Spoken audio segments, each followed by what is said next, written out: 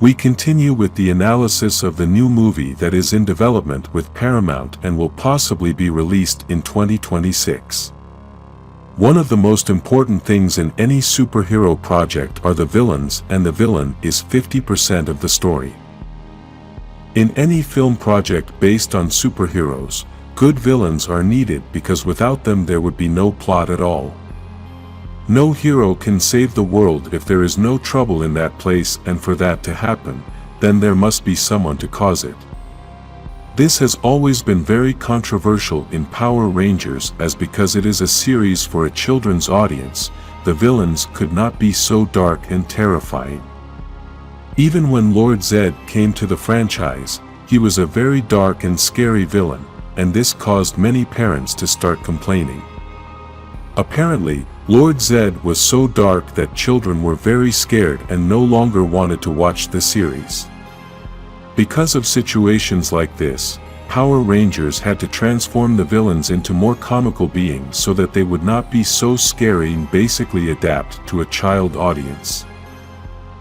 Obviously, this is perfect for the style that Power Rangers has had for these 30 years, but since the reboot is going to be aimed for a more adult audience, then this is not going to work anymore.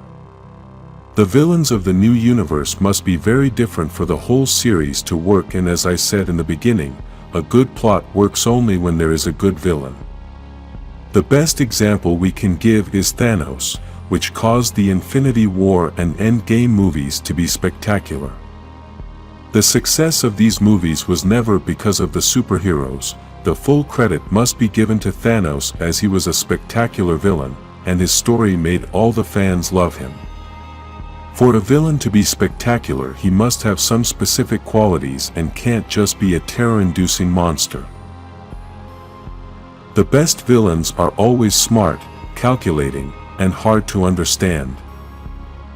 Within the Power Rangers franchise there have been very good villains, but because they can't give them the seriousness they deserve, those villains could not be part of the new universe with the new dark style. To start the entire theme of monsters and villains, they must establish a hierarchy. This means that the villains must have different levels of leadership, something that is going to help the entire story, as with this we will be able to see the power levels of each of them, and the Rangers will have to face a large evil army. In Power Rangers we saw a bit of this, but it was never well organized because each season had new Rangers, new villains, and everything was a bit confusing. As far as we know, Dark Spectre was like the leader of all the villains, but he really wasn't that powerful, and his leadership wasn't as good in the TV series as it has been in the comics.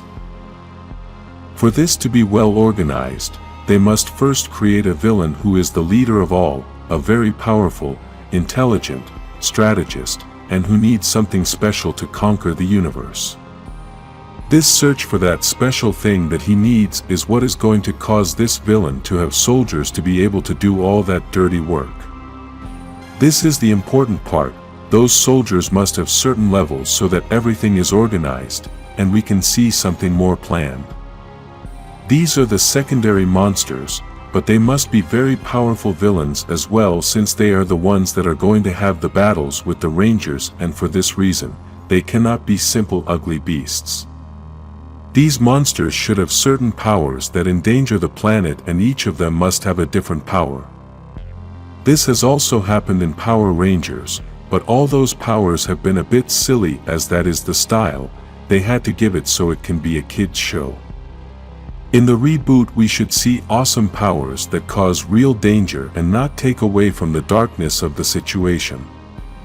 Another important thing about the villains is that they should be more powerful, and we should be able to see them for many episodes.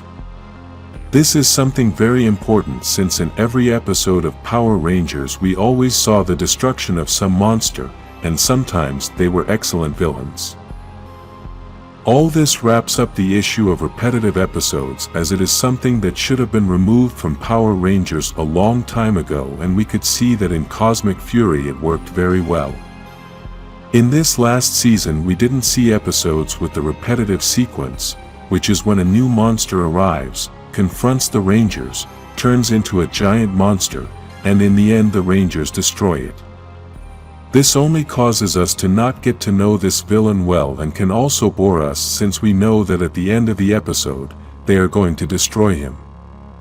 As I have said several times, this works perfectly for a children's show, but these are things that do not work in a show for adults, and that is why they must create excellent villains. Something very important about all these villains is their physique, since they have always been created with costumes made of different materials, which looked quite unreal and even a little funny.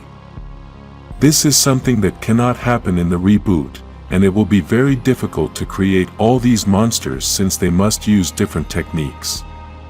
Some villains can be created with makeup, just like they did in the 1995 movie, and this has been one of the best villains physically. All this makeup looks spectacular, even the actor drank juice before each filming to change the color of his tongue. These techniques are a bit old, but they still work perfectly, and I think it's something they can still use. There are also monsters they can create with spectacular costumes, as they have done in movies like Aliens, which looked amazing. The other technique they can use is CGI, but this is something that costs quite a lot of money, and we don't know how much they are going to invest in these new projects. Each of these techniques has a big difficulty, and that is that in Power Rangers stories there are always hand-to-hand fights.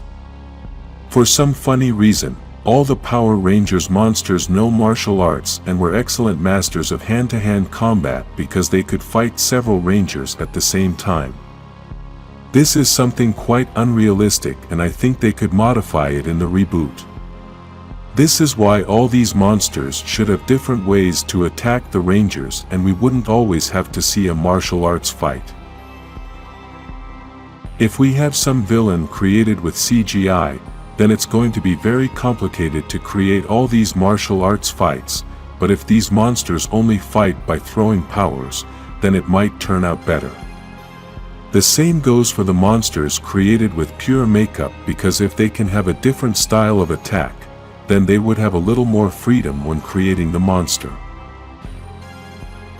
So, for now we would have the villain leader of all, the secondary monsters that would also be very powerful, the weaker monsters that work to help the secondary ones, and only the soldiers that are always clones are missing. These are the soldiers that the Rangers always destroy easily and have never had the importance they deserve. Unfortunately, these monsters have never been created in the best way, as they always look terrible, and this is a serious mistake. Since they are the monsters we see most often, they should be created with more quality. This was done excellently in the 2017 movie, and these stone monsters are perfect.